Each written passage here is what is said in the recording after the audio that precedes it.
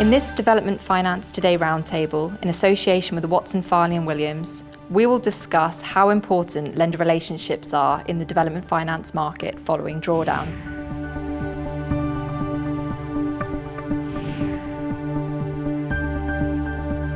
John Carter, Commercial Director of Commercial Real Estate at Alderm, and Mark Elliott, Business Development Manager at Aureus, will be joined by Ranjiv Kumar, Partner at Watson, Farley and Williams.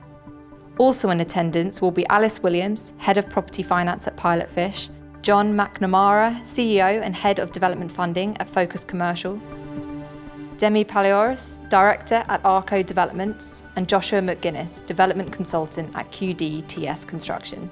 The attendees will also discuss how often lenders, brokers and developers should be communicating with each other after drawdown, why this impacts the release of tranches of funds, and how issues can be detected and mitigated early in the process.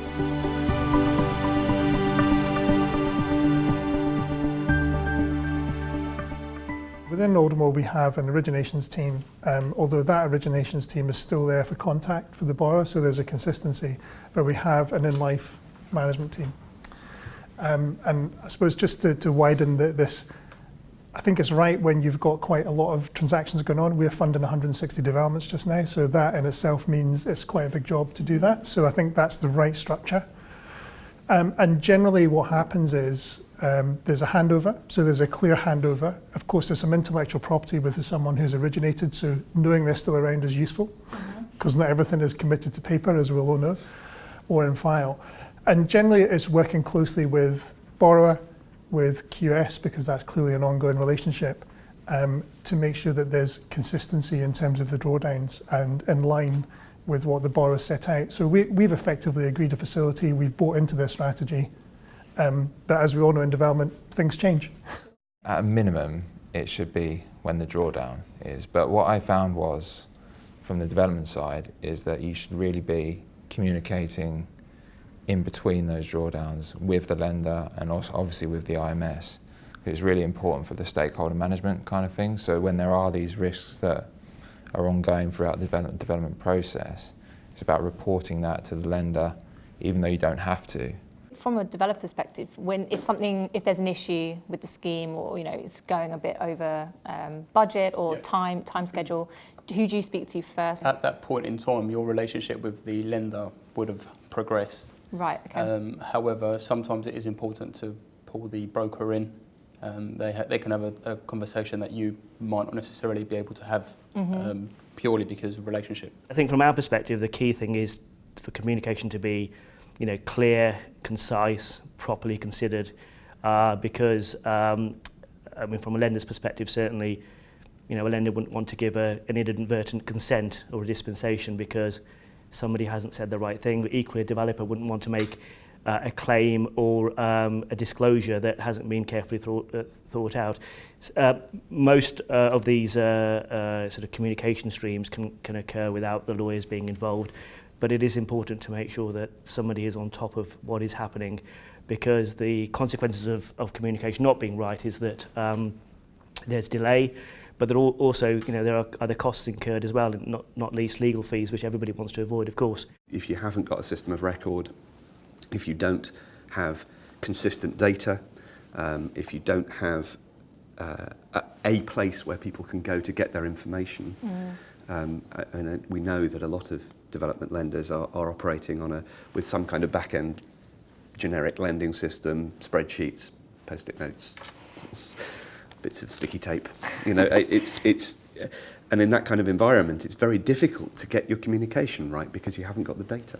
We've had scenarios where, we're about to draw down, we need to draw down, we've got contractors that need to be paid, and there's certain information that has been submitted that has been re-requested, which is quite annoying because it slows the process down. And I guess that goes back to your point, the systems are important because, if people haven't got access to that information, it just makes everything a lot slower. Do you think it's important for a broker to be also visiting the site with the monitoring? Yeah, 100%. And with the lender. There's a lot of lenders now who don't even visit the sites. And to be honest, they can be a bit detached from the actual project. And I think they need to see what's going on. And working in tandem with the development broker, the borrower's QS, employer's agent, and their own QS, that if there's problems, that they can see them at early stages and mitigate the risks to ensure that the loan's exited.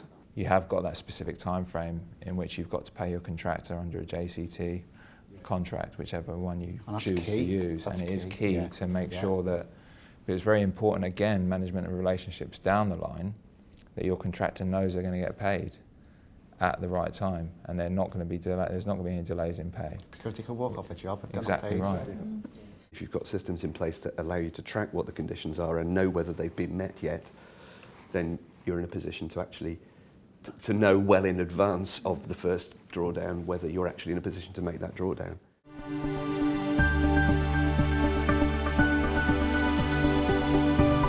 Everything is done through email at the moment, and it's infuriating because it can be misread. So you'll have a developer that likes that really personable approach, really likes speaking to someone. You put them with a lender where all they do is send emails. They misconstrue it as kind of an annoyed email, or whereas if they picked up the phone, they put a face to a name, had a relationship there with all parties in the same room or on the same call even, you can understand each other far more and understand how other people work, and it works far more efficiently than if you're doing everything back and forth. How much in advance of an exit would you need to be speaking to the developer to make sure they're on track? Straight away from drawdown, really. You know, you've got to track that. You work backwards. You're always looking backwards from the exit. So you're working towards that exit from day one. See if the schedule works on time. See if the costs are on time. So you can manage your practical completion.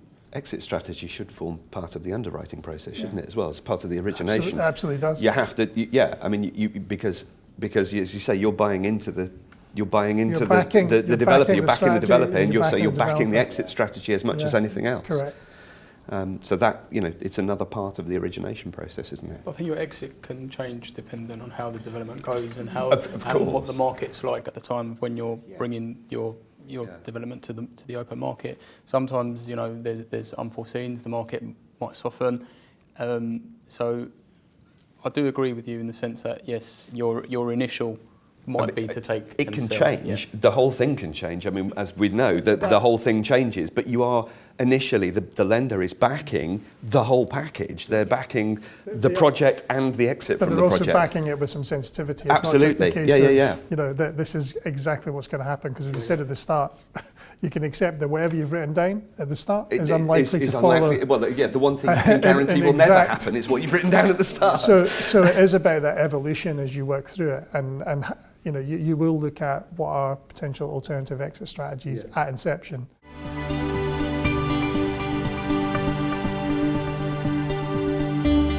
With the smaller lenders, you do tend to have that same individual all the way through, but that does sometimes mean that individual is overworked, overwhelmed, because they're trying to do all the new introductions as well as the developments. So it really depends on the lender, and I don't think it makes that much of a difference whether you stay with the same person or get a new individual, providing that is managed correctly. After the first drawdown, you're waiting for your first drawdown on construction. There's usually teething problems if the QS doesn't know the client's QS or the contractor, and we've seen this a few times now, and we've actually had to report back to the lender, communicate them that the QS, I think we touched on this before, both of us, if they're not performing on the lender's behalf, if the reports are slow, if they're not, if they're not getting the right, when we've given them the right information on the client, and they haven't put that in the report. I've seen that numerous times now. Out of interest, John, how often do you kind of review the QSs you work with? Every month. Right. We do a portfolio review, and John's right, and Josh mentioned earlier on about the stakeholder management. We think quite carefully about the QSs we appoint, and think about the relationship they'll have with QS of the borrower as well, because that's a key relationship. So we do think about that. Doesn't mean to say you always get it right, but we review it every month, and we review how many instructions are going to various QSs. So we have a panel. You can have all the surveys and all the reports and reliance on all the reports as well. And if they're wrong, then clearly you've got an action against the report provider. But that's not going to help you if you want to get on site straight away and start doing your work. Obviously they're limited in a number of ways. I think you can, to manage risk, you can only really do what you can do, and that sounds obvious, but the more protective measures you have in place, the better it is, I think. Well, let's face it, if it was completely risk-free, the rate would be very low indeed. Indeed.